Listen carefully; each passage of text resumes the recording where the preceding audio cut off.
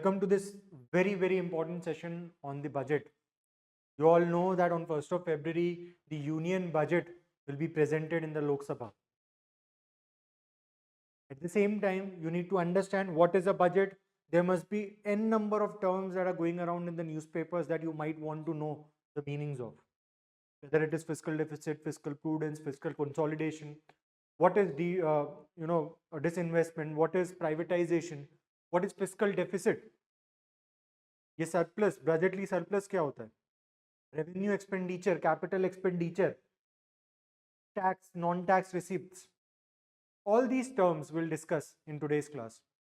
We'll also discuss the various funds, whether it is consolidated fund, whether it is public account of India, whether it is contingency fund. We'll also discuss the process of budget making. कि budget बनने से पहले क्या होता है, budget के दौरान क्या होता है, और बजट के बाद में एंड में टुवर्ड्स द एंड क्या होता है. प्रोसेस है, step by step, stage by stage. It is often said that if you want to know the nation's direction, you need to look into that nation's budget. The future of India, the future of any nation lies hidden in the budget of that nation.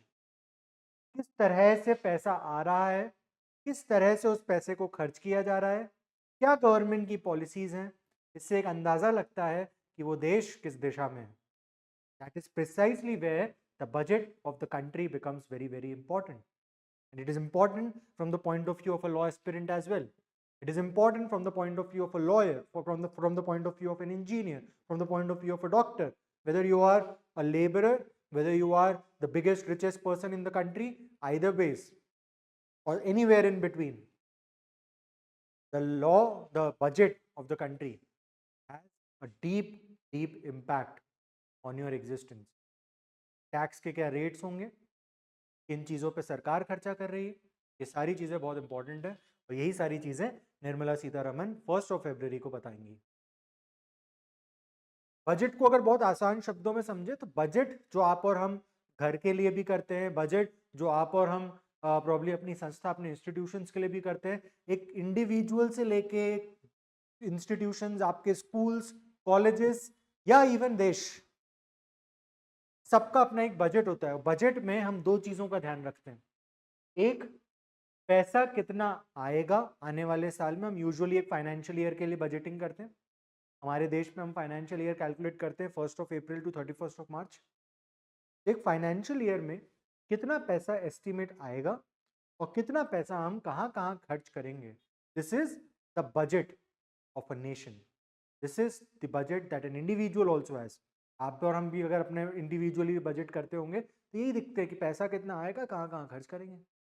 देश भी यही देखता है, पैसा कितना आएगा, किस किस सोर्सेस से आएगा और कहाँ उनको खर्च करना है. ठीक है, तो let's move ahead. Will try to learn all the budgetary facts भी पढ़ेंगे, कॉन्सेप्ट्स भी पढ़ेंगे. तो इट्स अ कंप्लीट वीडियो. ये वीडियो अगर आपने देख लिया शुरू से लेके आखिरी तक, इसके कॉन्सेप्ट्स को पेन और पेपर में लिख लिया और उसको मल्टीपल टाइम्स रिवाइज कर लिया, इन कॉन्सेप्ट्स को आत्मसात कर लिया, इंटरनलाइज कर लिया, then nothing in this budget, nothing that is going to come in the newspaper will be difficult for you. Anything and everything that comes in the newspaper in the coming days will be a cakewalk for you. So do not worry. If you're watching this video, pen and paper ready, stay with me, listen to each and every topic. Indian budget is the annual financial statement presented by the government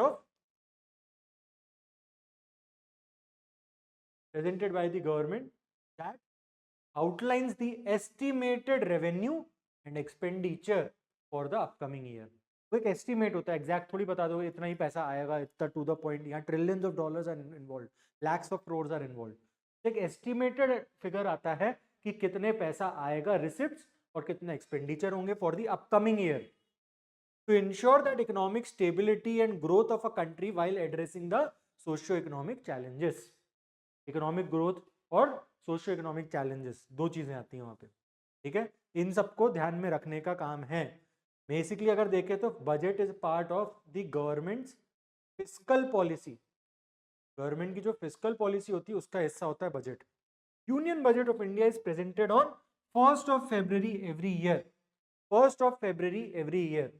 2017 से पहले की बात करूं तो union budget जो होता था वो 28 फरवरी को प्रेजेंट किया जाता था, ठीक है। द शिफ्ट टू 1 फरवरी, क्यों किया गया ये शिफ्ट 1 फरवरी को? तो was made to give the government more time to implement the proposals before the start of a new financial year. देखिए, today when I am recording this video, it is 31st of January. Tomorrow, 1st of February, the budget will be out. By the time you guys are watching this video, there's a possibility that the budget is already out. Now, 1st of February to 1st of April, you have 2 months. February पूरा, March पूरा। यानी budget में जो भी proposals हैं उनको properly implement कर पाने के लिए सरकार के पास 2 महीने। कितने? 2 महीने। पहले जब 28 फरवरी को किया जाता था तो सिर्फ 1 महीना होता था।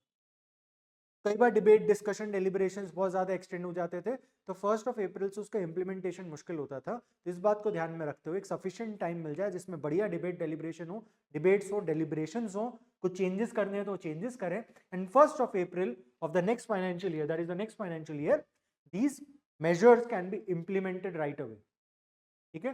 तो हम लोगों का बजट अभी 1st ऑफ फेब को आता है। पहले कब आता था? 28th ऑफ फेब या फिर last date of Feb. Leap year होता था 29th of Feb. Railway budget की अगर मैं बात करूं, till 2017 was a very important year from the point of view of budget. 2017 तक क्या होता था? Railway budget was separately given. तो रेलवे का अपना एक अलग बजट होता था। ये system of having a different general budget and a different railway budget started, was first recommended by sir William Acworth. Britishers के टाइम पे एक एक्वर्थ कमेटी बैठी थी, उन्होंने कहा था कि रेलवे बजट को जनरल बजट से सेपरेट किया जाए। Railway was very, very fundamental to the growth and the establishment of the British rule in the country, and also the maintenance of the British rule. तो उनके लिए railway बहुत significant था। उस समय रेलवे का जो बजट हुआ करता था, जनरल बजट का एक सिग्निफिकेंट हिस्सा भी हुआ करता था, उसको उन्होंने सेपरेट कर रखा था। उस समय उनके लिए शायद वो it use to make sense, but इसी प्रथा को, इसी कन्वेंशन को हमने आफ्टर इंडिपेंडेंस भी कंटिन्यूड रखा। After a point of time we realize there is absolutely no need to have a separate budget for railways, hence railway budget was merged into the general budget in the year 2017. Acworth committee याद रखना, 1923 में Acworth committee थी, उन्होंने बोला था कि railway budget अलग होना चाहिए। कुछ ट्रिविया हम जल्दी से देख लेते हैं। देश का सबसे पहला first ever Indian budget was presented in the year 1860, Britishers के टाइम पे। उस समय के जो फाइनेंस मिनिस्टर जेम्स विल्सन, ठीक है, ब्रिटिश रूल के अंदर पहला 1860 में आया था, और उस समय जो फाइनेंस मिनिस्टर थे, क्या नाम था उनका? James Wilson. Finance minister Nirmala Sitharaman aims to make history with the 8th consecutive presentation. India के इतिहास में लगातार 8वीं बार फाइनेंस, लगातार 8वीं बार, लगातार is the very important word, consecutive, 8th time लगातार Nirmala Sitharaman will be presenting the budget. इसके पहले पी चिदम्बरम 9 बार कर चुके हैं, और प्रणब मुखर्जी भी 8 टाइम्स प्रेजेंट कर चुके हैं बजट को। सबसे ज्यादा टाइम 10 टाइम्स बजट को प्रेजेंट किया है प्राइम मिनिस्टर रह चुके पुराने मोरारजी देसाई। मोरारजी देसाई सबसे ज्यादा 10 बार, 9 बार प्रणब मुखर्जी, पी चिदम्बरम 8 बार प्रणब मुखर्जी। लेकिन इन दोनों के, इन तीनों के ही केस में 1, 2 एंड 3, इन तीनों के ही केस में देयर वर गैप्स। अलग अलग समय ये फाइनेंस मिनिस्टर्स थे, तो अलग अलग समय इन्होंने फाइनेंस का बजट पेश किया, सॉरी बजट पेश किया। But Nirmala Sitharaman has the record of having that 8 times consecutive, ठीक है। तो these are facts, you know, one liner कहीं ना कहीं पूछा जा सकता है, even if you are preparing for the examinations like MHCET, CUET, the upcoming exams, this is still important for you. You're preparing for CLAT for the next year, it is important for you. Preparing for OLEDs is still important for you. First ever union budget of independent India was presented. Independent India का पहला union budget, जो पहले finance minister थे देश के, इसमें 2 fact है। पहला इंडिपेंडेंट इंडिया का बजट कब आया है? 1947 नवंबर 26। और पहले फाइनेंस मिनिस्टर कौन थे? उन्होंने ही पेश किया होगा। तो first finance minister was R K. Shanmugam Chetty. R.K. Shanmugam Chetty was the first finance minister, and he presented the first finance budget, the first budget in the year 1947 on 26th of November. And first budget of the independent India. Longest speech की अगर मैं बात करूं तो 2020 में निर्मला सीतारमन का record है 2 घंटे 40 मिनट का लॉन्गेस्ट स्पीच देने का, बजट स्पीच। सबसे छोटा स्पीच दिया था HM पटेल साहब ने, 1977 में खाली 800 शब्दों का, this already I have discussed. Trivia about the union budget, देखो इसकी पीपीटी चाहिए, डोंट वरी, विधिज्ञान है आप लोगों को ऑलरेडी मिल जाएगा, विधिज्ञ के स्टूडेंट नहीं है तो कमेंट कर देना यूट्यूब पे, will share it with you, don't worry. When the finance minister typically presents the budget, there have been occasions when the prime minister also took on this responsibility due to resignations. Generally budget कौन पेश करता है? Finance minister. पर 3 occasion ऐसे थे जब finance minister की absence में budget was presented by the prime minister, then prime minister. सबसे पहले थे जवाहरलाल नेहरू, दूसरी इंदिरा गांधी और तीसरे राजीव गांधी। ठीक है, तीनों, all three of them belong to the same family, तो इसको दिमाग में रखते हुए कैन रिमेंबर ये 3 प्राइम मिनिस्टर कौन से थे। They are the only 3 prime ministers who have presented the budget, वरना बजट पेश करने का काम किसका? फाइनेंस मिनिस्टर का काम है। Only in the absence of finance minister या प्राइम मिनिस्टर खुद फाइनेंस मिनिस्ट्री अपने पास रख के बैठे हो तो वो प्राइम मिनिस्टर फिर फाइनेंस बजट को पेश करते हैं, otherwise budget is presented by the finance minister. But they 3 बार प्रधानमंत्रियों ने भी किया है, जवाहरलाल नेहरू, इंदिरा गांधी एंड राजीव गांधी। इसी फैक्ट से एक और फैक्ट निकल कर आता है, first time a woman presented a budget was Indira Gandhi. Indira Gandhi was the first woman in capacity being the prime minister. She was the first woman to have presented the union budget in 1970.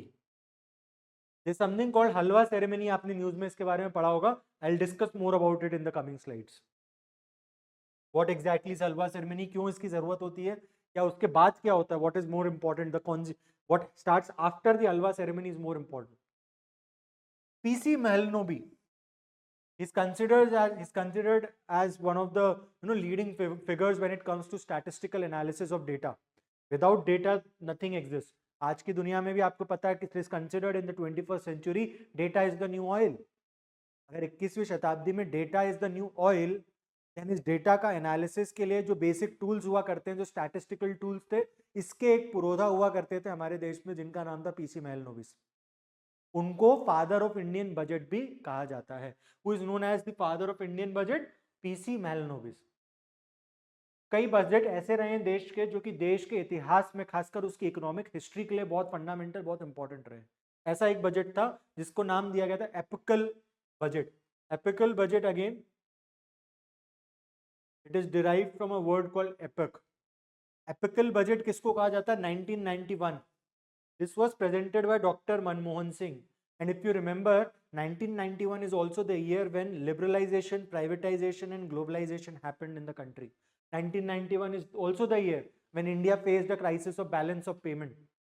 Balance of payment का crisis हमने जब face किया था 1991 में, उस साल का जो बजट था that was presented by then finance minister Dr. Manmohan Singh, and it fundamentally changed the direction of India's economic history forever.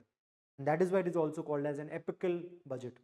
Similarly, एक ड्रीम बजट है 1997 का, जो कि उस समय के फाइनेंस मिनिस्टर पी चिदम्बरम ने पेश किया था। दिस ड्रीम बजट इसलिए कहा जाता है क्योंकि पहले क्या होता था, the tax rates used to be very high, तो लॉट ऑफ इंडियंस, आपको पता है ब्लैक मनी, काला धन, तो ये बहुत सारे लोग घर के अंदर पैसा होल्ड करके रखते थे, बिलिंग नहीं करते, तो इसलिए नहीं करते क्योंकि tax was so high, so high. In some cases there were even 90-95% of taxes. तो एक पर्टिकुलर बजट था 1997 का जहां P Chidambaram was the finance minister, and in that particular year the tax structure was fundamentally altered and changed, and the tax rates were brought down very significantly. This year is 1997 and this budget is also called as dream budget. ठीक है, first paperless budget 2021 digitally with a made in India tablet, paperless budget। ठीक है, तो paperless budget कौन सा है? 2021 first paperless. याद करो, सिंपल लॉजिक है इसमें भी। 2020 में कोविड हुआ, 2020 के कोविड के तुरंत बाद जो पहला बजट आ रहा है वो पेपरलेस हो गया। The entire world has moved online, why not the budget of India? Halwa ceremony के बारे में भी पढ़ लेते हैं जल्दी से, न्यूज में आता रहता है, जाने तो सही। देखो, हमारे हमारे यहाँ पे कल्चरली माना जाता है किसी भी शुभ काम की शुरुआत कैसे करी जानी चाहिए? मीठे से। यहाँ पे इन्होंने जो मीठा चुना, जो शायद जब भी ये सेरेमनी स्टार्ट की होगी उस समय के फाइनेंस मिनिस्टर को सबसे ज़्यादा हलवा पसंद रहा होगा, तो उन्होंने उसको हलवा सेरेमनी बोल दिया। नो वन नोज, बट हाँ, मीठे से शुरुआत की जाती है अच्छे कार्यों की, तो हलवा सेरेमनी। अब हलवा सेरेमनी जो होती है वो कहाँ होती है? ये होती है नॉर्थ ब्लॉक में। आप दिल्ली जाएंगे तो वहाँ पे एक नॉर्थ ब्लॉक है और एक साउथ ब्लॉक है। फाइनेंस मिनिस्ट्री का जो ऑफिस है वो है नॉर्थ ब्लॉक में। तो नॉर्थ ब्लॉक में एक एरिया फिक्स किया हुआ है, वहां पर क्या होता है, बजट की प्रिंटिंग चालू होती है। अब पहले तो उस पर डिबेट डिस्कशन होते हैं, फिर उसका एक कॉमन एक बजट का एक डॉक्यूमेंट आता होगा, फिर उसके प्रिंटिंग मल्टीपल प्रिंट्स निकलते हैं जो कि फिर डिस्ट्रीब्यूट होते हैं मेंबर्स ऑफ पार्लियामेंट को on the day when the budget is presented. लेकिन अगर किसी भी तरह से वहां, अब वहां जो लोग बैठे हैं जिनके सामने वो प्रिंट हो रहा है, they can see the budget before you and me know about it. तो व्हाट हैपेंस इज, ये लोग जैसे ही पहले एक हलवा सेरेमनी होती है, हलवा सेरेमनी होने के बाद बजट की प्रिंटिंग का काम चालू होता है। तो जैसे ही बजट की प्रिंटिंग का काम चालू होता है, उस पर्टिकुलर हॉल के अंदर जितने भी एम्प्लॉयज हैं, उस प्रिंटिंग के प्रेस के अंदर जितने भी लोग हैं, they do not move out, they are not in touch with anyone outside, not even their families, all the communications are shut down till 1st of February when the budget is presented to the entire nation. कारण क्यों ऐसा सबको नजरबंद कर दिया गया? सबसे बड़ा कारण यह है कि अगर बजट में जब चेंजेस आते हैं, अभी आप देखना न्यूज़पेपर पढ़ना, on 1st of Feb, on 2nd, 3rd, 4th और 5th of Feb, a lot of changes happen in the share market। Budget में किसी पर्टिकुलर सेक्टर को सरकार ज्यादा प्रमोट कर रही है तो उस सेक्टर के इंडस्ट्रीज, वहां शेयर मार्केट में देयर प्राइसेस विल राइज। या किसी को उतना फेवर नहीं कर रही, किसी के टैक्सेस बढ़ा दिए हैं, किसी को किसी तरह से हिंडर किया जा रहा है, तो उनको उस पर्टिकुलर सेक्टर के प्राइसेस नीचे जाएंगे। ये इंफॉर्मेशन अगर किसी को पहले से पता चल जाए तो they can manipulate, they can use this information to their benefit to manipulate the market. ठीक है, तो इन सब चीजों को ध्यान में रखते हुए कोशिश ये की जाती है कि जब बजट पेश किया जाए तो वो एक साथ सारे देश के सामने आए, सारी दुनिया के सामने आए, किसी को वहां कोई एक मेजर एडवांटेज ना रहे। ठीक है, halwa ceremony significant pre budget ritual है, ध्यान रखना, pre budget ritual. Ceremony marks the finalisation and printing of the union budget, takes place in the North Block, ministry of finance वहीं पे बेस्ड है। फॉलोइंग द सेरेमनी की officials and the printing staff are sequestered, sequestered यानी एक जगह बंद कर दिया जाता है, in the budget printing press inside the North Block. North block के अंदर उनका अपना एक प्रिंटिंग प्रेस है, वहां पे उन्हें बंद कर दिया जाता है। They remain cut off from the communication with the outside world, including their families, until the budget is presented in the parliament। ठीक है, तो उनकी छुट्टी तभी होती है जब निर्मला सीतारमन जी आके वहां पर अपना बजट पार्लियामेंट में पेश करती हैं और सारे देश को पता चलता है, तभी इनको भी पता, तभी ये बाहर निकल पाते हैं। Process of budget, budget simple नहीं है, बजट में ऐसा नहीं है कि आप आए एक दिन आए कुछ बोल के चले गए, done.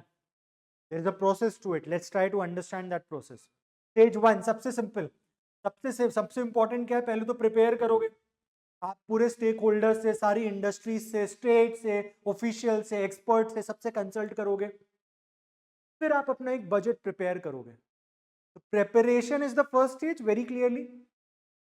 Then comes presentation that is going to happen on the 1st of Feb।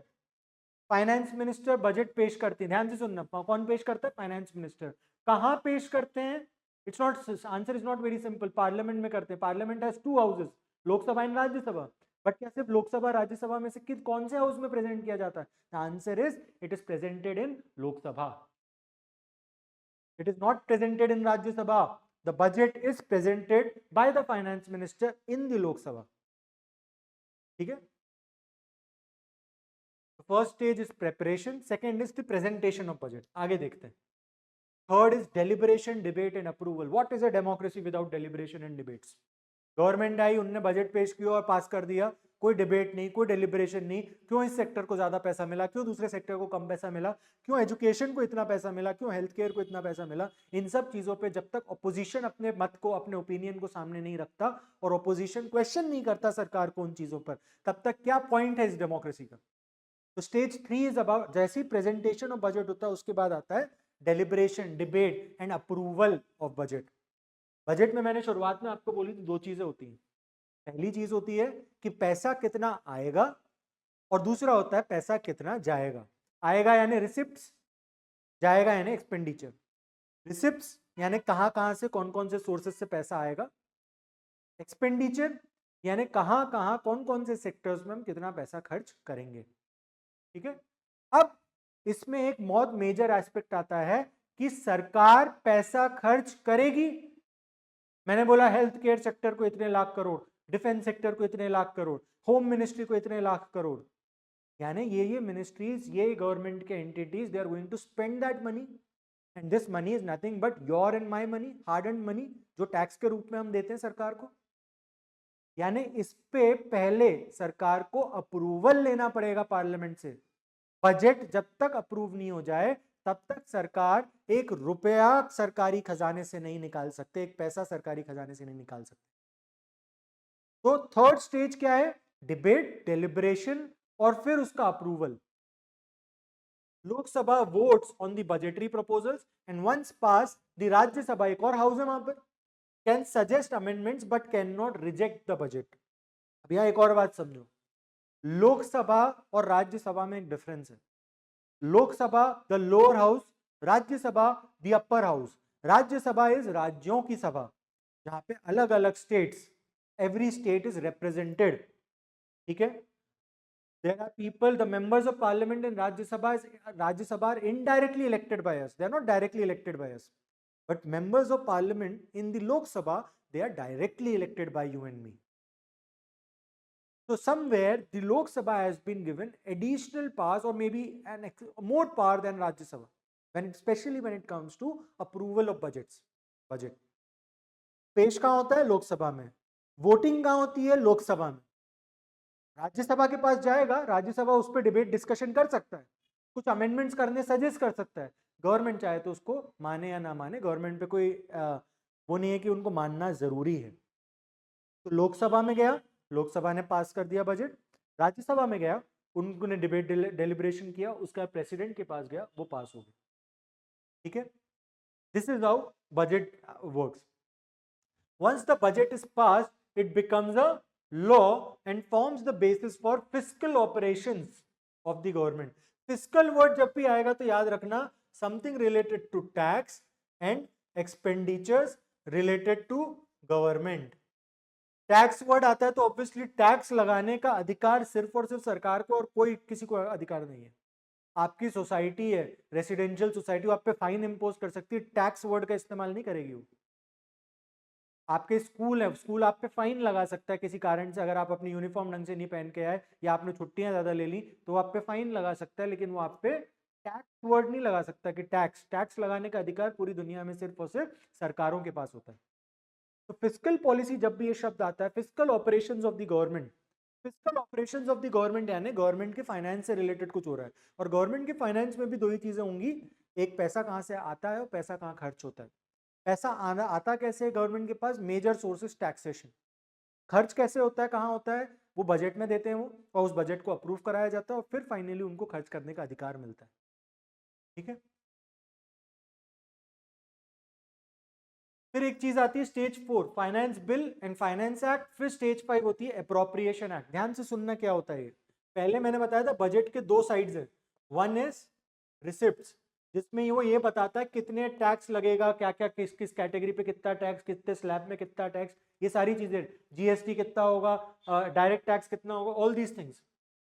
Not technically not GST, GST के लिए GST council is there. Expenditure, expenditure की जब मैं बात करता हूं तो वो ये भी बताता है कि कितने कितने सेक्टर में कौन सी मिनिस्ट्री को कितना पैसा देना, कहाँ खर्चा करना है, ठीक है। यानी पैसा निकलेगा कहाँ से? निकलेगा सरकारी खजाने से निकलेगा, ठीक। तो दोनों ही केस के लिए दो अलग तरह के लॉ पास होते हैं वहां पर। बजट पास होना यानी दो एक्ट का पास होना, फाइनेंस एक्ट का पास होना और अप्रोप्रिएशन एक्ट का पास होना। बजट का मतलब पैसे का आना, पैसे का जाना, रिसिप्ट, एक्सपेंडिचर। ध्यान से सुनना, इसलिए मैंने बोला पेन एंड पेपर रेडी, देखते मत रहो, बैठे मत रहो, पेन पेपर लेके बैठो। पैसे का आना इज रिसिप्ट, पैसे का जाना is expenditure, that is budget for you. तो उसमें क्या होता है, रिसिप्ट वाला जो साइड है उधर पे we call it finance bill, और जब वो पास हो जाता है तो हम उसको कहते हैं फाइनेंस एक्ट। एक्सपेंडिचर वाली side, to appropriate money from the consolidated fund of India, you have appropriation bill, and when it is passed it is called as appropriation act. So you have finance bill, finance act, appropriation bill, appropriation act. Finance bill related to taxation, कि कितना tax लगा के कैसे पैसा आया जाए आएगा, appropriation कि कैसे और कंसोलिडेटेड फंड ऑफ इंडिया से कितना पैसा कौन से सेक्टर के लिए निकाला जा सकता है। वेरी सिंपल, ध्यान से पढ़ना। Finance bill is presented to implement the tax proposals. सरकार जब कल बजट पेश करेगी तो वो सिर्फ ये नहीं बताएगी कि हम कहाँ कहाँ खर्चा करेंगे, वो ये भी बताएगा कि कौन से इंडिविजुअल कौन सी कंपनीज पे कितना क्या टैक्स लगेगा। तो टैक्स प्रपोजल्स का जो इंप्लीमेंटेशन है वो फाइनेंस एक्ट, यानी रिसिप्ट्स वाली साइड पे यू है फाइनेंस एक्ट, एक्सपेंडिचर वाली साइड पे यू है अप्रोप्रिएशन एक्ट, अप्रोप्रिएशन बिल और दी अप्रोप्रिएशन एक्ट। ठीक है, चलो आगे बढ़ते हैं। Appropriation to withdraw funds from the consolidated fund of India for its expenditure as detailed in the budget. Budget में जो भी डिटेल्ड है उस पर डिबेट डेलिब्रेशन हो चुके हैं, अब उसको फाइनली पास किया जा रहा है। तो बजट पास करना बेसिकली होता है फाइनेंस एक्ट और अप्रोप्रिएशन एक्ट का पास होना। Finance on the finance act यानी on the receipt side, expenditure appropriation act यानी on the expenditure side. Finance act से क्या होता है? Legal authorisation to tax. आपने बजट में बोला, उसका फाइनेंस एक्ट पास हो गया, अब सरकार के पास लीगली अथॉरिटी है आपसे वो जो भी उसमें फाइनेंस बजट में टैक्सेशन स्लैब्स थे उसके अकॉर्डिंगली आपसे टैक्स वसूलने का। अप्रोप्रिएशन एक्ट यानी नो मनी, याद रखना ये statement, no money can be spent without approval. Government एक पैसा खर्चा नहीं कर सकती सरकारी खजाने में से विदाउट अप्रूवल। तो अप्रोप्रिएशन एक्ट यानी no money can be spent without approval. If the budget allocates rupees 10,000 crores to the Ministry of Health for the upcoming year, the Appropriation Act authorizes the ministry to spend this amount. Budget में लिखा था ministry of health को 10,000 करोड़ दे दिए। Appropriation act जब पास होगा तभी वो ministry of health 10,000 crore consolidated fund of India से निकालकर खर्च कर सकती है, वरना नहीं कर सकती। तो अप्रोप्रिएशन एक्ट का पास होना एक तरह का सर्टिफिकेट है कि ना अब आप पैसे निकाल सकते हो सरकारी खजाने से। Components of budget. बजट में मैंने आपको बोला दो साइड्स होती हैं, एक होता है रिसिप्ट्स और एक होता है एक्सपेंडिचर। लेकिन रिसिप्ट्स और एक्सपेंडिचर, रिसिप्ट यानी पैसा कितना आया, एक्सपेंडिचर यानी कितना गया, कितना खर्च हो गया। लेकिन बजट को भी हमने दो तरह से, दो कंपोनेंट्स होते हैं, रेवेन्यू साइड ऑफ बजट होता है और एक कैपिटल साइड ऑफ बजट होता है। क्या होता है? Revenue side of budget, capital side of budget. जो मैं बोलता जा रहा हूं इसको ध्यान से सुन लेना। आपके आने वाले दिन और आने वाले जितने भी वीक्स हैं जहां पर भी बजट का डिस्कशन हो रहा होगा सारे टर्म समझ में आएंगे। इनफैक्ट साल के अंत तक सारे वो terms it will make sense. ठीक है, government is a very important entity that is always there in news. whatever government does has a direct impact on you and me, and whatever government does उसमें सबसे most important part क्या होता है कि government कुछ पैसा आपसे और मेरे से लेता है, कुछ खर्चे करता है। हर खर्चा जो गवर्नमेंट करता है वो इस टेबल पे कहीं ना कहीं दिखेगा आपको।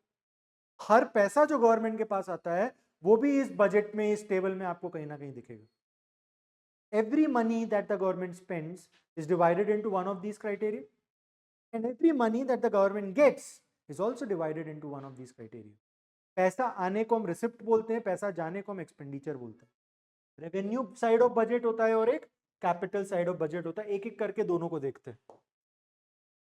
और देखो रेवेन्यू साइड ऑफ बजट यानी रेवेन्यू साइड ऑफ बजट में कुछ रेवेन्यू रिसिप्ट्स, रेवेन्यू एक्सपेंडिचर होते हैं। कैपिटल साइड ऑफ बजट में कुछ कैपिटल रिसिप्ट्स और कैपिटल एक्सपेंडिचर होते हैं। रेवेन्यू साइड ऑफ बजट को पहले देखते हैं। Revenue budget reflects governments receives from taxes and other sources as well as the expenditure on day-to-day operations. Revenue budget में मैंने बोला, रेवेन्यू बजट में भी क्या आता है, revenue receipts, revenue expenditure. Revenue receipts क्या हो गए? रेवेन्यू रिसिप्ट्स का मतलब है ऐसा पैसा, money received without creating a liability. Liability create होती है कि सरकार ने बोला मैंने अगर सरकार को 10 लाख रुपए टैक्स दिए तो जो 10 लाख रुपए मैं सरकार को टैक्स के रूप में दे रहा हूं, मैं ये नहीं कह सकता कि मेरे घर के सामने की सड़क बनाओ इस 10 लाख से। वो गवर्नमेंट डिसाइड करेगी क्या करना है उसके साथ। तो it is not a liability for the government. Is it creating any liability for the government? No. तो the tax that I pay to the government, पैसा आ रहा है सरकार के पास, I call it what? Receipt. कैसा रिसिप्ट? क्या सरकार का पैसा आया, कैसा आया? टैक्स से आया 10 लाख रुपए, तो रिसिप्ट हुआ। तो रिसिप्ट तो दो तरह के होते हैं, रेवेन्यू साइड पे भी रिसिप्ट है और कैपिटल साइड पे भी रिसिप्ट है। ये कैसा रिसिप्ट है? रेवेन्यू रिसिप्ट होगा टैक्स के रूप में या कैपिटल रिसिप्ट होगा? डेफिनेशन ये कहती है this will B revenue receipt because it is not creating any liability. देखो these are concepts, you will have to understand it closely, maybe watch this video twice to make sense of it. तो 2 बार देखना पड़े, 2 बार देखना। Pen and paper शुरुआत से बोल रहा हूँ रखना अपने साथ। रेवेन्यू एक्सपेंडिचर क्या है? Expenditure that do not lead to creation of assets. Day to day operations लिखा था यहाँ पे। सरकार ने किसी को सैलरी दे दी, भाई इतने सारे गवर्नमेंट एम्प्लॉयज हैं, इनकी सैलरीज कहाँ से आ रही हैं? उसी टैक्स पे जो पैसा सरकार की खजाना है उसी से टैक्स का उसी से सैलरीज जाती हैं। सैलरीज, पेंशन, सब्सिडीज, ये सब क्या है? ये ऐसी चीजें, अगर मैंने किसी को या सरकार ने किसी को सैलरी दे दी, मान लो मुझे सैलरी दे दी, तो क्या सरकार के लिए कोई एसेट बन रहा है क्या? उससे कोई एसेट नहीं है। सरकार के लिए वो पैसा आया था, चला गया, उसके बदले मैंने कुछ काम करके दे दिया सरकार को। तो इस तरह के खर्चे को या इस तरह का जो पैसा आउटगोइंग है उसको कहा जाता है रेवेन्यू एक्सपेंडिचर। क्या कहा जाता है? Revenue expenditure. ठीक है। और ऐसा पैसा जो कि बिना लाइबिलिटी के मेरे पास आ रहा हो उसे मैं कहता हूं रेवेन्यू रिसिप्ट। बिना लाइबिलिटी के मेरे पास आ रहा है तो रेवेन्यू रिसिप्ट, मेरे पास से जा रहा है और कुछ एसेट क्रिएट नहीं कर रहा तो रेवेन्यू एक्सपेंडिचर। ठीक है। So when the government receives income from income tax and spend it on running government services, income tax पे पैसा आ रहा है, गवर्नमेंट सर्विसेज को जनरली रन करने में खर्च हो रहा है, revenue receipt, government revenue expenditure. आगे चलते। Capital budget outlines the government's long term investments and the way funds are spent for creating infrastructure and assets. अब ध्यान से देखते हैं, लॉन्ग टर्म स्पेंडिंग होती है वहां पे। कैपिटल रिसिप्ट में होता है मनी दैट इन्वॉल्व्स लाइबिलिटीज। मान लो गवर्नमेंट ऑफ इंडिया ने वर्ल्ड बैंक से कुछ लोन उठाया $100 मिलियन का। अब गवर्नमेंट ऑफ इंडिया, अब पैसा तो आया है और नाउ मेरे अकाउंट में $100 मिलियन दिख रहे हैं, यानी गवर्नमेंट के लिए वो रिसिप्ट है। एक्सपेंडिचर तो नहीं बोल सकते, जो पैसा आया उसको मैं एक्सपेंडिचर थोड़ी बोल दूंगा, उसको मैं रिसिप्ट ही बोलूंगा। अब मेरे पास दो सवाल होते हैं, रिसिप्ट हुई है तो कैसा रिसिप्ट है? पैसा आया है तो रिसिप्ट है, रिसिप्ट है तो या तो कैपिटल रिसिप्ट होगा या फिर रेवेन्यू रिसिप्ट होगा। रेवेन्यू रिसिप्ट मैंने बोला था तब होता है जब कोई लाइबिलिटी क्रिएट नहीं होती, लेकिन इस केस में तो लाइबिलिटी क्रिएट हो रही है ना। मैंने वर्ल्ड बैंक से लोन लिया है $100 मिलियन का, वो पैसा आया है, यानी this is creating liability. And the loans and the borrowings of the government we categorize it in the capital receipt. कहाँ कैटेगराइज करते हैं हम इसको? कैपिटल रिसिप्ट में। Capital expenditure, spending on acquiring long-term assets such as infrastructure projects, machinery, etc., etc. Infrastructure projects, machinery, etc. इसको बोलते हैं capital expenditure, spending on acquiring long term assets. अब अगेन स्पेंडिंग पे आ जाओ। मान लो मेरे पास पैसा आया, इस पैसे से मैं दो चीजें कर सकता हूँ। खर्च कर रहा हूँ, सरकार है खर्च कर रही है, पैसा है किसी को दे रही है। एक तरफ है सैलरी, पेंशन, ये सारी चीजें। तो जब मैं किसी की सैलरी पे कर रहा हूँ, I am the government of India, I am paying salary, am I creating any asset? No. But अगर वही पूरा पैसा मैं एक रोड बना दूं उससे, या एक फ्लाईओवर बना दूं, या एक एयरपोर्ट बना दूं, तो उससे मेरे लिए एक एसेट क्रिएट हो रहा है ना लॉन्ग टर्म में।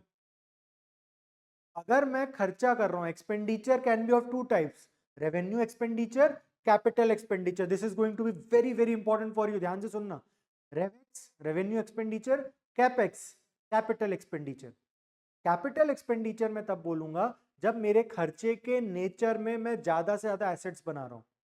अगर मैं उससे उस पैसे से एक हाईवे बना रहा हूं तो वो कैपिटल एक्सपेंडिचर है। उससे मैं एक नया इंफ्रास्ट्रक्चर क्रिएट कर रहा हूं, एसेट्स क्रिएट कर रहा हूं, तो वो एक कैपिटल एक्सपेंडिचर है। उसी पैसों से अगर मैं सब्सिडीज पे कर रहा हूं, उसी पैसों से मैं सैलरीज पे कर रहा हूं, उसी पैसों से मैं पेंशन पे कर रहा हूं, तो उसको मैं बोलता हूं रेवेन्यू एक्सपेंडिचर। खुद सोचना, अपने आप से पूछना, लॉन्ग टर्म में किस तरह का एक्सपेंडिचर इज बेटर? ये आंसर इज लॉन्ग टर्म में आप चाहोगे अगर मेरे इतने खर्चे हैं तो उसमें रेवेन्यू, अगर मेरा खर्चा इतना है तो मैं चाहूंगा कि रेवेन्यू एक्सपेंडिचर इतना रहे, this should be revenue expenditure, and a significant part of my expenditure should be of capital nature, capital expenditure. एक और एग्जांपल लेते हैं इसका।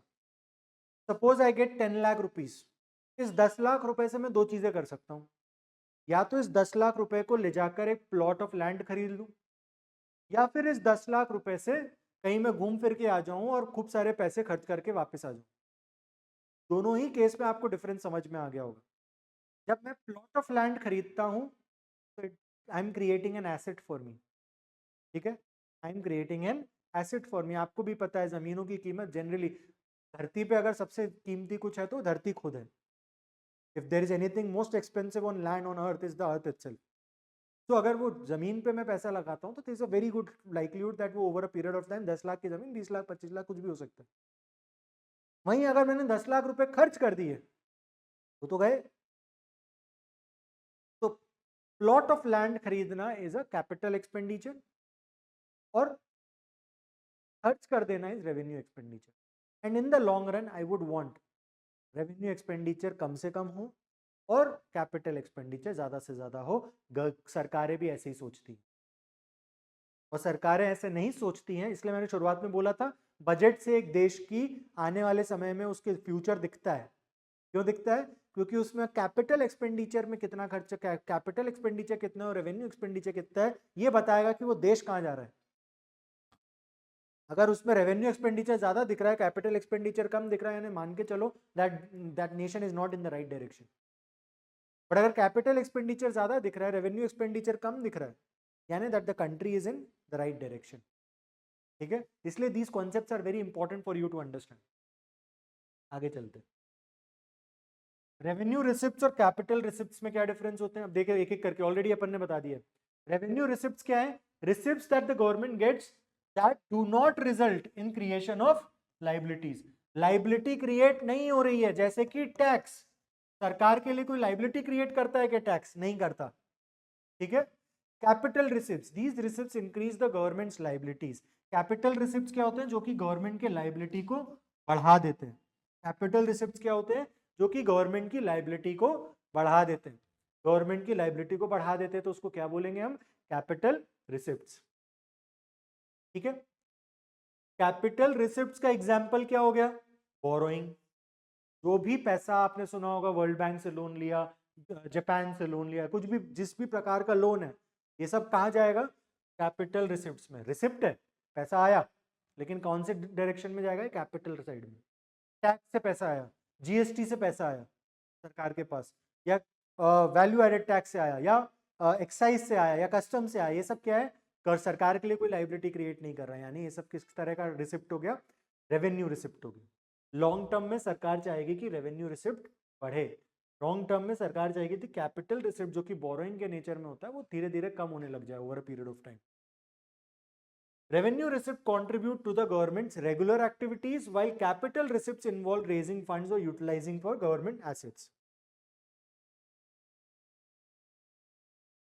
और वैसे ही देखो रेवेक्स और कैपेक्स मैंने बता दिया ऑलरेडी डिफरेंस. कैपिटल एक्सपेंडिचर में क्या है? नई रोड बनाना, मशीनरी खरीदना, investment in infrastructure projects like metro systems. Metro वगैरह बनती है तो उस पर्टिकुलर एरिया में, उस शहर में डीकंजेशन होता है, ट्रांसपोर्टेशन और फास्ट होता है, यानी इकोनॉमिक एक्टिविटी और अच्छे से हो सकती है. और जब इकोनॉमिक एक्टिविटी अच्छे से होगी तो ज़्यादा से ज़्यादा कंपनीज उस शहर में आना चाहेंगी. जब ज़्यादा से ज़्यादा कंपनी उस शहर में आएंगी तो लॉन्ग पीरियड में वो फ्लरिश करेंगी. फ्लरिश करेंगे तो सरकार को टैक्स देंगे.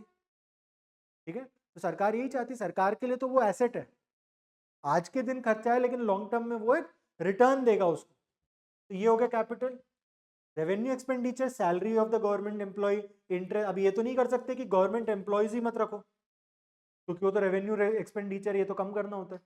हाँ, ये जरूर कर सकते हैं कि किसी एक जगह, मान लो एक स्कूल को रन करने के लिए 10 लोग चाहिए, तो 10 ही हो वहां पे, 30 ना हो.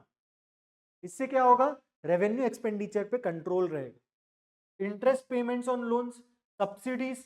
आपने देखा होगा कई बार बहुत बोलते हैं कि इस चीज पे सब्सिडी, इलेक्ट्रिसिटी पे सब्सिडी, पानी पे सब्सिडी, इस पे उस पे. क्यों उसको क्रिटिसाइज किया जाता है? क्योंकि it is basically in the nature of revenue expenditure. ठीक है.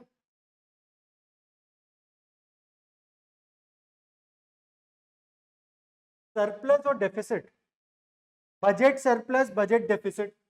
आप सिंपल सा हिसाब समझो. यहाँ पे मैं सोच रहा हूँ भाई मेरे साल के खर्चे, मान लो मेरा साल का पैसा जो मेरे पास आएगा वो एक एस्टिमेट मेरे पास आता है 10 लाख, मुझे खर्चे दिख रहे हैं 12 lakh.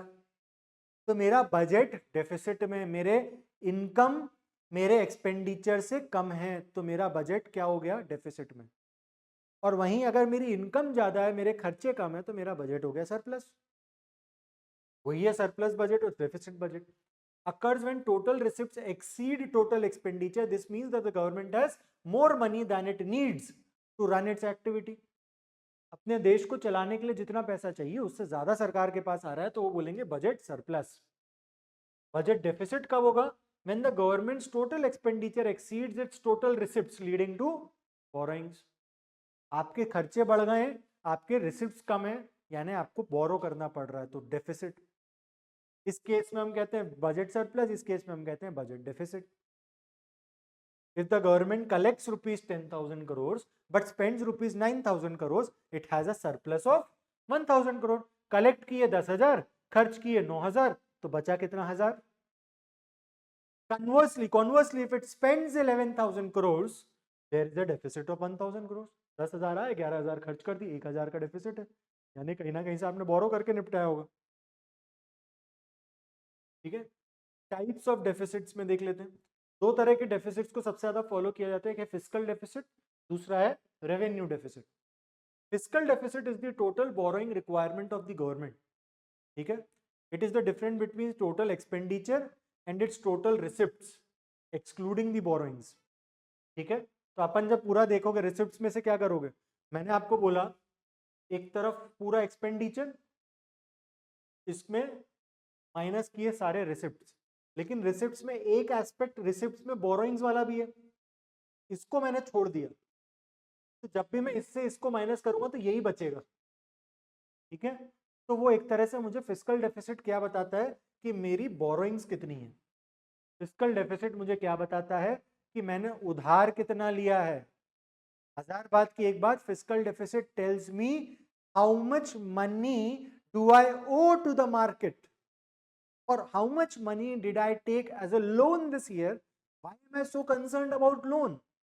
Answer is again very simple. Loan is a liability. It has to be repaid after a point of time. तो हमें पता होना चाहिए ना, उधार का पैसा अपना मान लेना वो गलत है। You need to know that over a period of time you have to repay it. ठीक है, if the government spends more than it collects in taxes and other revenue sources, the fiscal deficit represents the shortfall that needs to be borrowed। represents the shortfall that needs to be borrowed। ठीक है, fiscal deficit क्या बताता है basically आपको कि सरकार ने उस साल कितने पैसा बोरोइंग्स किए हैं, कितना बोरो किया है पैसा। वैसे एक और टर्म होता है रेवेन्यू डेफिसिट, बहुत सिंपल है, हमने बजट को ही दो तरह से डिवाइड कर दिया था। Budget was divided into capital side of budget and revenue side of budget। Capital side of budget was further divided capital expenditure, capital receipts। Revenue side was further divided into revenue expenditure, revenue budget। Capital budget, revenue budget, revenue capital expenditure। अब इसमें अगर मैं बोलूं सिर्फ इस वाले part को देखो, इसको अभी भूल जाओ। इसमें you have revenue expenditure and revenue budget, oh sorry I am sorry, this should be revenue receipts. Revenue expenditure and revenue receipts. यहाँ पे जो डेफिसिट है, डेफिसिट कब होगा? जब भी एक्सपेंडिचर ज्यादा होगा, रिसिप्ट कम होंगी। तो C E revenue expend sorry R E revenue expenditure minus revenue receipts, revenue expenditure minus revenue receipts, this will be called as revenue deficit. Types of funds, मैंने आपको शुरुआत में बोला था सरकारी खजाना, तो सरकारी खजाना नाम की कोई चीज नहीं होती। ऑफिशियल टर्म्स में there are three types of funds. One is consolidated fund of India, second is contingency fund of India and the third one is public account of India. ठीक है, सबसे बड़ा जो फंड होता है जिसको एक्चुअल में सरकारी खजाना बोला जा सकता है वो है कंसोलिडेटेड फंड ऑफ इंडिया। अब आपका क्वेश्चन ये होना चाहिए ना सबसे पहले, ये इतना सारा पैसा जो सरकार लाखों करोड़ों रुपए टैक्स के रूप में आपसे मेरे से हम सबसे वसूलती है, कहाँ जाता है? ये जाता है कंसोलिडेटेड फंड ऑफ इंडिया में। This is the chief fund in which all the government receipts यानी पैसा जो सरकार के पास आ रहा है, चाहे वो टैक्स के रूप में हो चाहे वो बोरोइंग्स के रूप में हो। अभी जो हमने कॉन्सेप्ट पढ़े उसमें टैक्स हमको किस तरह का रिसिप्ट दिखता है? Tax is a revenue receipt because it does not create any liability। borrowings capital receipt because it creates liability। अब मेरे पास टैक्स के रूप में पैसा है या उधार के रूप में पैसा है, ये आ तो मेरे ही बैंक अकाउंट में रहा है। तो सरकार के पास टैक्स के रूप में पैसा है या उधार के रूप में पैसा है, दोनों ही केस में वो एक खजाने में जा रहा है जिसको हम क्या कहते हैं? Consolidated fund of India. This is the chief fund that the government has. And all the expenditures are withdrawn, जिसमें सारा पैसा गवर्नमेंट का और सारे एक्सपेंडिचर कहाँ से निकलते हैं, इसी में से निकलते हैं. All the revenue collected through taxes like income tax, GST, borrowings like loans are deposited in this fund, and the government draws from this fund to meet its expenditure. सरकार के खर्चे कहाँ से निकलते हैं, इसी फंड में से. और इसी फंड में हाथ डालने के लिए सबसे पहले क्या चाहिए, बजट का अप्रूवल. और वही प्रोसेस कल से चालू होने वाली है 1 फरवरी से. ठीक. No money can be withdrawn, no money यानी not even a single penny, not even a single paisa can be withdrawn from the consolidated fund of India without the approval of parliament. Parliament में भी specifically Lok Sabha, Rajya Sabha तो सिर्फ वहां पे debate deliberation करता है, उसका और कोई रोल नहीं है. बट पार्लियामेंट के अप्रूवल के बिना क्या सरकार एक भी रुपया खर्च कर सकती है? The answer is a big no, NO, no. आगे चलते हैं. अप्रोप्रिएशन. अप्रोप्रिएशन का मतलब क्या होता है? To take out money. आपने सुना appropriate, misappropriate. Appropriation are made through the Appropriation Act. I've already told you what Appropriation Act is. पैसा निकालने के लिए कौन सा एक्ट था? Appropriation Act. पैसा जमा करने के लिए या पैसा आने के लिए, money that was supposed to be received, was Finance Act. CAG audits the consolidated fund to ensure accountability and transparency. There's another body called CAG. We do not have time to discuss this body right now, but कहीं ना कहीं आपके weekly राउंडअप्स जो आपको हर हफ्ते मिल जाते हैं उसमें कवर हो जाएगा. सरकार खर्चे करती है, बजट के दौरान उन पे एक चेक होता है कि भाई बजट में आपने बोला कि ये इतना पैसा लगेगा, इस जगह पे लगेगा, तो कितना लगेगा, कहाँ लगेगा, ये सारी चीजें बजट में आ गई. उसी दौरान आपकी लोकसभा राज्यसभा में सारी कमिटीज ने बैठ के, सारे मेंबर्स ऑफ पार्लियामेंट और खासकर ओपोजिशन ने बैठ के आपसे खूब सवाल जवाब कर लिए. फाइनली ये बजट पास हो गया. साल के दौरान सरकार खर्चे कर रही है. अब क्या अप्रोप्रिएशन एक्ट में बहुत क्लियरली लिखा है कि इस गवर्नमेंट के इस डिपार्टमेंट में ये खर्चे होने. इसका ऑडिट करने के लिए एक और एक बॉडी बना रखी है जो कि कॉन्स्टिट्यूशनल बॉडी है, जिसको कहते हैं controller and auditor general of India. ये CAG बैठ के साल भर सारे अकाउंट्स को देखता है कि कहीं उसमें कोई धांधली तो नहीं है, जितना बोला गया उतना ही खर्चा किया, उसी जगह खर्चा किया जहां बोला गया, ये सारी चीजें. Contingency fund. कंटिंजेंसी का बाय नेचर मतलब क्या है कि कोई एक emergency fund. This is basically a special fund. कैसा फंड? Special fund created for meeting urgent और unforeseen expenditures that can not be planned in advance, जो कि एडवांस में प्लान नहीं किए जा सकते. ठीक है. पर्पस क्या है? Used for emergencies like natural disasters. If a flood occurs the government may use this fund for immediate. अब क्या कहीं पे बाढ़ आ रही है, आपको इमीडिएट फंड्स की जरूरत है, अब आपने बजट में तो उसके लिए अप्रूवल लिया नहीं था, तो अब क्या बजट में अप्रूवल लेने जाओगे? उसका इतना समय तो नहीं है, वहां लोग डूब रहे हैं. तो आपको एक कंटिंजेंसी फंड नाम की एक चीज बना रखी जहां से आप चाहो तो पैसा निकाल सकते हो. कस्टोडियन कौन होता है उसका? President of India holds the fund on behalf of the government of India, और the secretary to the finance ministry manages the operations of this contingency fund. इसको मैनेज कौन कर रहा है? Finance secretary. फाइनेंस मिनिस्ट्री के under एक secretary, एक officer होता है, वो सीनियर मोस्ट ऑफिसर, वो मैनेज कर रहा है. कस्टोडियन कौन है उसका? President of India custodian. Expenditure made from the contingency are placed before parliament for approval as soon as possible. आपको बोल दिया गया कि ठीक है, आप कुछ पैसा वहां से कंटिजेंसी फंड से जब जरूरत पड़े, कोई कंटिजेंसी आए, कुछ इमरजेंसी आए, तो आप निकाल सकते हो.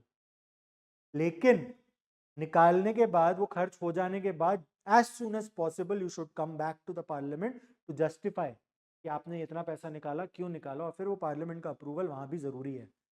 अब देखो ना, 99% of the budget requires approval before the expenditure is made, but in this case expenditure is made before and the approval is required later. वैसे एक और अकाउंट होता है पब्लिक अकाउंट. अब इसमें जो मनी है that the government holds in trust और acts as a custodian for.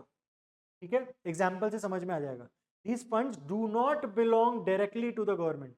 जो कंटिजेंसी फंड हो गया, का कंसोलिडेटेड फंड हो गया, तो डायरेक्टली गवर्नमेंट के हाथ में, वो चाहे तो कुछ भी कर सकते हैं. पब्लिक अकाउंट में जो पैसा होता है वो जनरली वो पैसा होता है जो सरकार के पास है, बट वो एज अ ट्रस्टी उसके पास है, वो उसका अधिकार नहीं है. जैसे प्रोविडेंट फंड कॉन्ट्रीब्यूशंस, हर एम्प्लॉय अपने कुछ प्रोविडेंट फंड कॉन्ट्रीब्यूशंस करता है. तो जो प्रोविडेंट फंड में जो पैसा जमा है, PF अकाउंट जिसको बोलते हैं, वो सरकार मैनेज करती है उसको. लेकिन सरकार मैनेज कर रही है तो सरकार का पैसा नहीं, वो मेरा पैसा, सरकार को वापस करना है वो पैसा जब मैं मांगूंगा. स्मॉल सेविंग स्कीम्स चलाई जाती हैं, पोस्ट ऑफिस में कई सारे सेविंग्स अकाउंट्स वगैरह बनाए जाते हैं, तो ये सब सरकार के डिस्पोजल पे जरूर होता है ये पैसा, but this is basically owned by someone else. Security deposits, pension funds, ये सारी चीजें, ये सब किसके अंदर आ जाता है? पब्लिक अकाउंट के अंदर आता है। की कैरेक्टरिस्टिक क्या है पब्लिक अकाउंट का, देख लेते हैं जल्दी से। सबसे इंपॉर्टेंट है, it does not require any parliamentary approval. इसके एक्सपेंडिचर के लिए पार्लियामेंट्री अप्रूवल की जरूरत नहीं है, ठीक है। इसको कौन देखता है? Ministry of finance overseas the management of the public account, और सीएजी उसको ऑडिट जरूर करता है। ऑडिट कौन करता है? CAG. Non revenue nature, the money does not constitute governments revenue but is held in trust. इसको रेवेन्यू नहीं मानेंगे सरकार, तो ये सरकार का पैसा है ही नहीं, वो सरकार बस एज ए ट्रस्टी बैठा उस पैसे का, ठीक है। तो we read consolidated fund of India, contingency fund of India and public account of India. तो टाइप्स ऑफ फंड्स हमने देख लिए। Now let's go ahead and see what are the types of taxes that we have. Taxes को अगर मैं divide करूं तो दो ढंग से डिवाइड किया जाए, ध्यान से सुनना। Direct taxes, indirect taxes. Direct tax यानी जो सरकार डायरेक्टली आपसे ले रही है वो डायरेक्ट टैक्स है। जो सरकार इनडायरेक्टली आपसे ले रही है, जिसका बर्डन किसी और पे शिफ्ट किया जा सकता है, उसे कहा जाता है इनडायरेक्ट टैक्स। डायरेक्ट टैक्स कैसे हो गया? आपने देखा होगा इनकम टैक्स। मैंने फॉर एग्जांपल मेरी इनकम पे जो मैं टैक्स भर रहा हूँ दैट इज इनकम टैक्स, ठीक है। कॉर्पोरेशन टैक्स जैसे डायरेक्टली मेरे अकाउंट से सीधा सरकार के पास पहुंच जाता है वो पैसा। बट सपोज आप किसी रेस्टोरेंट में खाना खाने गए, सरकार चाहती है कि आपने जो खाना खाया उस पर सरकार को टैक्स चाहिए। अब आपने खाना खाया और उस पर 18% जीएसटी, आप तो सरकार को नहीं देते हो, आप किसको देते हो? You are paying that 18% GST to the restaurant owner. और ये जो 18% जीएसटी आप एक्स्ट्रा पे करके आते हो हर बार रेस्टोरेंट में, वो ऐसा भी नहीं है कि रेस्टोरेंट वाले की जेब में जा रहा है। 100 रुपए का खाया, 18 रुपए का जीएसटी हुआ है ना, 118 रुपए आप देकर आए। इसमें 100 रुपए रेस्टोरेंट वाले के पास जा रहे हैं, 18 रुपए किसके पास जा रहे हैं? सरकार के पास। 18 कहाँ जा रहा है? सीधा सरकार के पास। तो that restaurant owner is paying this government, वो आपसे लेकर आगे दे रहा है। यानी रेस्टोरेंट ओनर को सरकार को देना है, तो वो चाहे तो उस बर्डन को किस पे शिफ्ट कर सकता है? लास्ट व्यक्ति पे। तो whether the burden can be shifted और नॉट, याद रखना, whether the burden of that tax can be shifted और not. If the burden can be shifted, then it is indirect tax. If the burden of that tax cannot be shifted, then it is called as direct tax. I'm assuming your pen and paper is ready and in your hands. ठीक है, बार बार बोलूंगा मैं, because I want you to make sure that you're making notes of this. And when you're making notes out of this, it will be easier for you to revise, because these are concepts एक रात में सीखने वाली चीजें नहीं है। आज समझोगे, आज ही के आज उसको पढ़ लोगे, एक आध 2 दिन बाद फिर रिवाइज करोगे, फिर वो कॉन्सेप्ट न्यूज में दिखेगा, फिर इसको एक कागज को वापस से उठा के पढ़ने पलटा के फिर समझोगे, फिर उसको वहां पे पुट करोगे तो वो समझ में आएगा। 3-4 हफ्ते इस तरह की एक्टिविटी करोगे तो साल भर ये कॉन्सेप्ट हमेशा के लिए, साल भर छोड़ो, हमेशा के लिए दिमाग में बैठ जाएंगे। Even when I read these concepts for the first time in my life, it took me at least 1 month to actually make sense of what is it.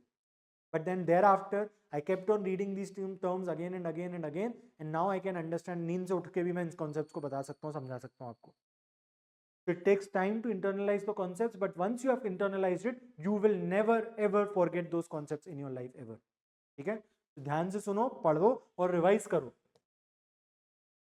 ऐसे कुछ टर्म्स आएंगे अभी कल परसों में, सेस और सरचार्ज। सेस क्या होता है? It is a tax levied for a specific purpose. मान लो health and education cess, government कह रही है इतना टैक्स लगेगा, फिर कह रही है एक हेल्थ एंड एजुकेशन सेस भी लगेगा। तो मान लो मेरे सारा कैलकुलेशन करने के बाद 1 लाख रुपए मेरी टैक्स लाइबिलिटी बनती है, जो मुझे लाख रुपए किसको देने? सरकार को। लाख रुपए की जो टैक्स लाइबिलिटी मेरी बन रही है,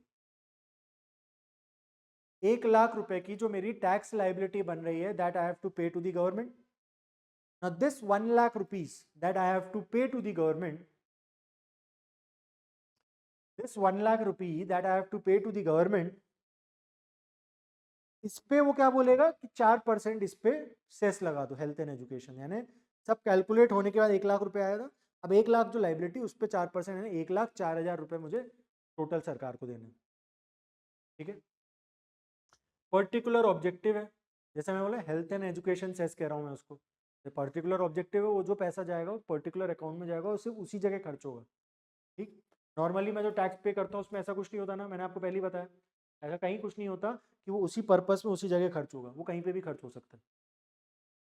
लेकिन वो कहीं पे भी खर्च हो सकता है। हेल्थ एंड एजुकेशन सेस अगर मैं बोल के ले रहा हूँ तो वो सिर्फ और सिर्फ कहाँ खर्च हो सकता है, हेल्थ एंड एजुकेशन के लिए खर्च हो सकता है, उतना पैसा। Applied to all taxpayer, सब पे लगता है cess. Levied on the total tax amount, this I have already given you the example. Surcharge क्या है? Additional charge on the existing tax, ठीक है। लेकिन एक डिफरेंस है सेस और सरचार्ज में, ये एक रेवेन्यू रेजिंग टूल है जहां से सरकार और पैसा उगाने का तरीका है। Applied mostly to higher income groups और सर्टेन कॉर्पोरेट एंटिटीज। अब ये हर किसी पे नहीं लगता ये सरचार्ज। जो टैक्स स्लैब्स में टॉप पे बैठे सबसे ज्यादा पैसा कमा रहे हैं, जो सबसे ज्यादा टैक्स भर रहे हैं, उन पे लगता है सरचार्ज। तो ये मेन डिफरेंस है सेस और सरचार्ज के बीच में। What is economic survey? जल्दी से देख लेते हैं टाइमलाइन एंड। आपने कल परसों देखा होगा कि इकोनॉमिक सर्वे एक दिन पहले आ जाता है बजट से। Economic survey is usually presented in the parliament a day before और on the same day as the union budget. It is prepared by Ministry of Finance under the guidance of the Chief Economic Advisor. Who is the present Chief Economic Advisor? V.A. Nageshwaran is the present Chief Economic Advisor. इसमें 2 volumes निकलती हैं, 2 volumes निकलती हैं to the public through the government official website. आप government की official website पे जाके economic survey देख सकते हो। एक जगह वो इकोनॉमिक सर्वे में ये बताता है कि लास्ट ईयर, पिछला साल, बजट एक तरह से क्या है, देखो ध्यान से सुनना। बजट में वो बता रहा है कि आने वाले फाइनेंशियल ईयर में हम कितने खर्चे करेंगे और कितना पैसा हमारे पास कहाँ कहाँ से किस सोर्सेस से आएगा। इकोनॉमिक सर्वे ये कह रहा है कि जो बीता हुआ साल है, पिछला साल, पिछला फाइनेंशियल ईयर, हम फरवरी में आ चुके हैं, तो February is almost towards the end of what happened last year. तो लास्ट ईयर हमारा कैसा गुजरा, क्या उसके कुछ स्टैट्स हैं, कितना पैसा आया, कितना पैसा जाएगा, ये सारी चीज़ें गया, ये सारी चीज़ें उसमें दिखी होती है इकोनॉमिक सर्वे में। और साथ साथ गवर्नमेंट की जनरल मेंटालिटी भी समझ में आती है इकोनॉमिक सर्वे से, कि कुछ उसमें थ्योरेटिकल एस्पेक्ट्स भी रहते हैं। एक पर्टिकुलर वॉल्यूम में वो ये बताता है कि अलग अलग सेक्टर में हमने क्या क्या काम किए। एक तरफ वो ये बता रहा है कि क्या क्या काम किए, दूसरी तरफ स्ट्रिक्टली फाइनेंशियल एस्पेक्ट से डील कर रहा है कि कितने खर्चे हुए, कहाँ कहाँ हुए, वो सारी चीज़ें, facts. That is economic survey. Economic survey बताता है बीता हुआ साल कैसा गया, बजट बताता है आने वाला साल कैसा रहेगा। बजट में आप कभी नहीं सुनोगे कि हमने लास्ट ईयर ये किया, बजट में हमेशा ये बोलेंगे आने वाले साल में क्या करने वाले। इकोनॉमिक सर्वे के document that presents a detailed analysis of countries economic performance. It is release just before the union budget every year. Volume 1 में मैंने आपको बताया GDP growth, inflation trends, fiscal policy, economic performance, global economic performance, ये सारे aspects volume 1 में। Volume 2 में क्या आता है कि सेक्टरल एनालिसिस, कि एग्रीकल्चर में स्पेसिफिकली क्या करेंगे, या विमेन के लिए क्या करेंगे, हेल्थ केयर में क्या करेंगे, वो सब वॉल्यूम 2 में। तो यहाँ पर एक एनालिसिस टाइप रहता है और यहाँ पे डेटा होता है, ठीक है। मिसलेनियस पे आ जाते हैं। लेट्स जल्दी से, कुछ मिसलेनियस टर्म्स हैं जो कि मैं कैटेगराइज नहीं कर सकता, but these are terms that you must know. Fiscal profligacy, इसका मतलब क्या है? Excessive and irresponsible. मैंने आपको 10 लाख रुपए दिए, आपने लेकर उड़ा दिए, this is fiscal profligacy. Irresponsible government spending beyond the country's means अपनी चादर के बियॉन्ड जाकर, चादर से आधा पैर फैलाना, इसी को कहते हैं फिस्कल प्रोफिलिगेसी। फिस्कल कंसोलिडेशन इसका अपोजिट है, फिस्कल कंसोलिडेशन या फिस्कल प्रूडेंस। कंसोलिडेट करना refers to a policy aimed at reducing the deficits। Deficit को रिड्यूस करना है, गवर्नमेंट की पॉलिसी ऐसी है जिसमें वो चाह रहा है कि डेफिसिट्स को रिड्यूस किया जाए और डेट लेवल को कम किया जाए by increasing the revenue, reducing expenditure. इसको क्या बोलते हैं? रेवेन्यू को बढ़ाना, एक्सपेंडिचर को कम करना। ये तो अच्छी बात है, इसको बोलते हैं fiscal consolidation. This is negative, this is positive. Fiscal prudence refers to responsible management of government's finances। Government के फाइनेंसेस का रिस्पॉन्सिबल मैनेजमेंट, गवर्नमेंट का पैसा उसको ढंग से। तो ये फिस्कल प्रूडेंस क्या है? फिस्कल कंसोलिडेशन और प्रूडेंस में बहुत डिफरेंस नहीं है। आप अपने रेवेन्यू को बढ़ाने के कुछ मेजर्स ले रहे हो, खर्चों को कम करने के कुछ मेजर्स ले रहे हो, this is fiscal prudence.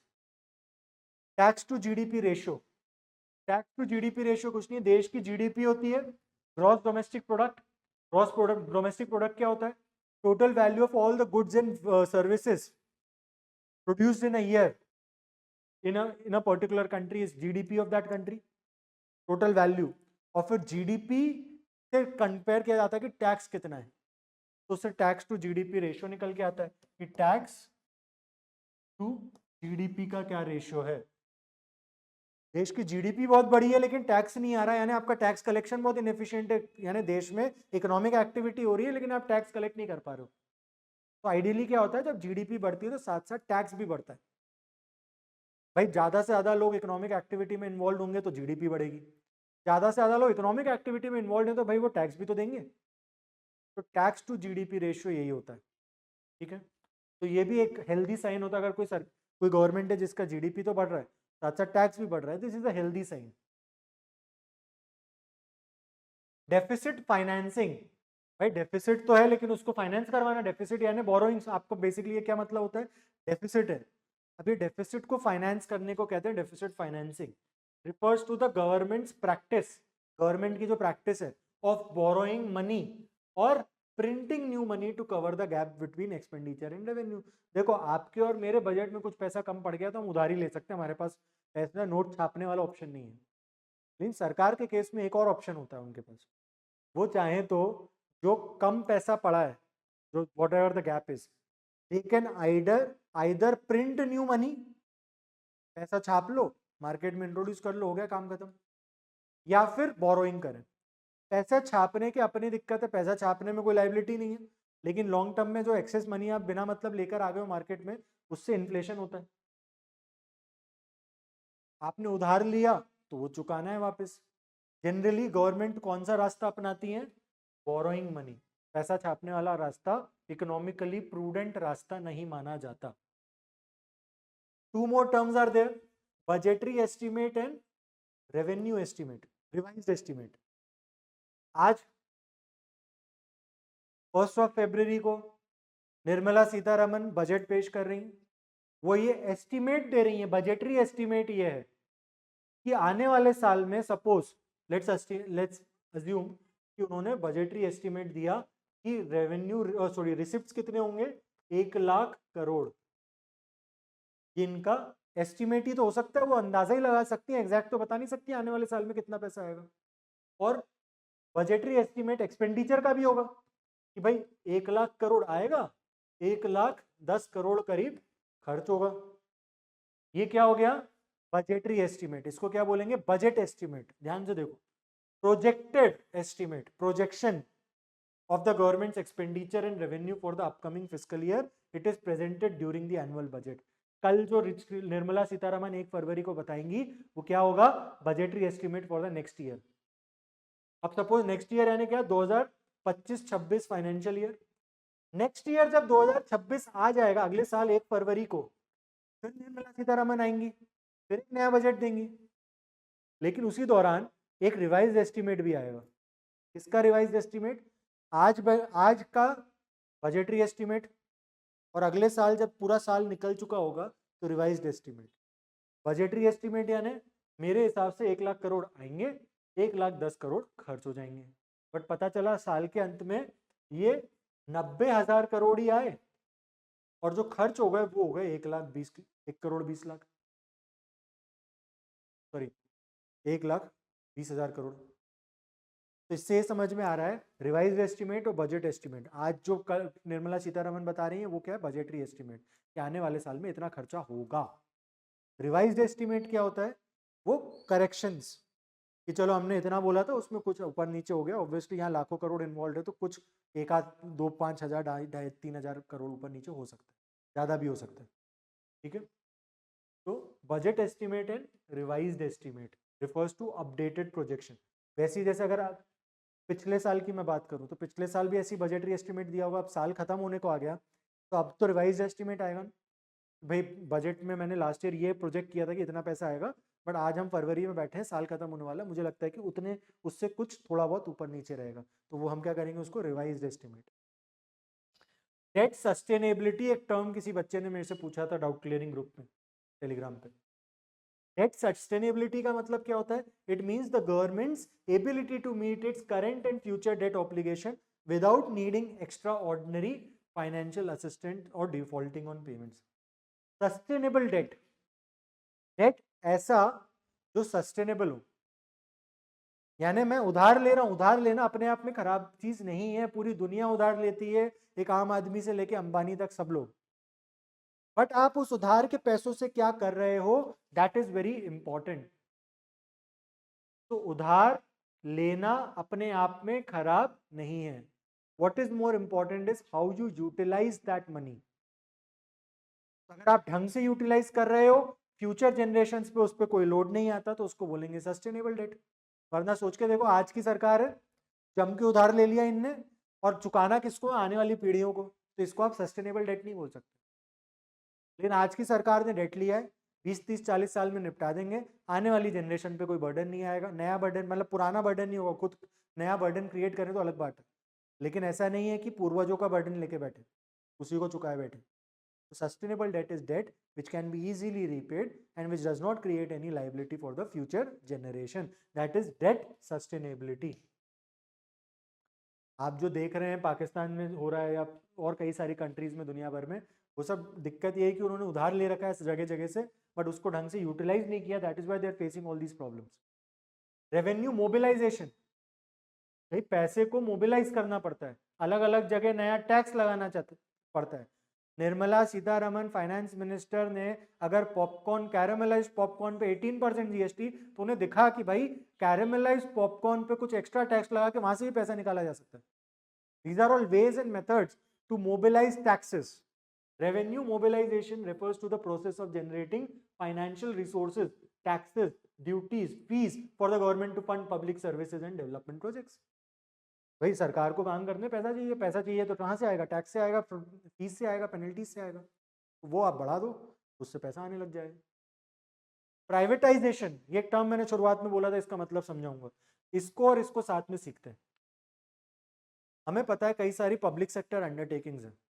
Suppose एक पब्लिक सेक्टर अंडरटेकिंग है जिसका नाम है एक्स, इसमें 100% ओनरशिप किसकी है, गवर्नमेंट ऑफ इंडिया की। तो इसको क्या बोल रहे हैं हम, public sector enterprise. Private sector बोल रहे हैं क्या, हम क्या कह रहे हैं, पब्लिक सेक्टर एंटरप्राइज। और पब्लिक सेक्टर एंटरप्राइज का मतलब क्या हुआ, 100% उसमें या एक सिग्निफिकेंट स्टेक किसका है, सरकार का। अब सरकार क्या चाह रही है उसमें, डिसइन्वेस्ट करना।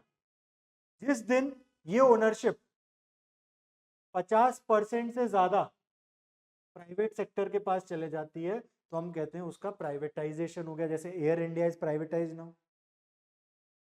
या मान लो गवर्नमेंट ऑफ इंडिया पूरा 50% से ज्यादा ना करके सिंपली इसमें कुछ 10-20% जो ओनरशिप है उसको प्राइवेटाइज कर देती है। 80% आज भी सरकार के पास है, लेकिन 20% उनने डाइल्यूट कर दिया, तो उसको हम क्या बोलेंगे, डिसइन्वेस्टमेंट। ठीक है, privatisation is a form of disinvestment, privatisation is also a form of disinvestment, but privatisation के केस में जो चेंजेस है ओनरशिप वो ड्रास्टिकली चेंज हो जाती है। Disinvestment does not necessarily mean transferring the ownership. Disinvestment में ओनरशिप नहीं गई, लेकिन कुछ शेयर चले गए to the private entity. It can also involve reducing the government stakes for other reasons like raising funds or improving efficiency. सरकार generally सोच रही है 20% स्टेक बेच दो ओएनजीसी के, उससे कुछ पैसा आएगा, उसको अपने रिसिप्ट्स में डाल के फिर उससे कुछ और खर्चे कर लेंगे, वो किसी और को दे देते। ठीक है, that is called as disinvestment. So in today's lecture, today's class, we have studied all these concepts. आज जितनी भी चीजें पढ़ी है ना, इस टॉपिक को, इस लेक्चर को कम से कम 2 या 3 बार रिवाइज कर लो। वो कॉपी पेन जो मैं शुरू से बोलता आ रहा हूँ, मैं मान के चल रहा हूँ आपके पास थे, तो आपने नोट्स बना लिए होंगे। इन नोट्स को मल्टीपल टाइम्स रिवाइज करो। Trust me, most of your issues related to economic concepts. And एक और चीज, इसको सिर्फ जीके तक सीमित मत मानो। आपको इकोनॉमिक्स के कॉन्सेप्ट्स, इकोनॉमिक्स के articles and passages, logical reasoning और रीडिंग कॉम्प्रिहेंशन में भी आ सकते हैं। जीके में तो आएंगे ही, वहां पर भी आ सकते हैं। और वहां पर कई बार हमें इसलिए नहीं समझ में आता क्योंकि उस इकोनॉमिक कॉन्सेप्ट का हमको मतलब नहीं पता। आपको ओवरऑल जनरली भी उसका मतलब पता होगा कि सिर्फ इतना भी पता हो कि अच्छा, रेवेन्यू एक्सपेंडिचर का वो मतलब होता है कि उस तरह का एक्सपेंडिचर जो कि लॉन्ग टर्म में अपने लिए कोई एसेट क्रिएट नहीं करता। और कैपिटल एक्सपेंडिचर ऐसा एक्सपेंडिचर लॉन्ग टर्म में एसेट क्रिएट करता है। कैपिटल एक्सपेंडिचर अच्छा माना जाता है, रेवेन्यू एक्सपेंडिचर उतना अच्छा नहीं माना जाता। इतना बेसिक कॉन्सेप्ट भी क्लियर होगा ना, तो you can understand that passage, even you can understand the newspaper that you are reading. बाकी ऑन द गो कुछ नए टर्म्स आएंगे। बजट में स्पेसिफिकली क्या नए मेजर्स ले रखे, that I will cover in part 2। Till then, stay happy, stay healthy, हंसते रहो, मुस्कुराते रहो, सीखो दिल से।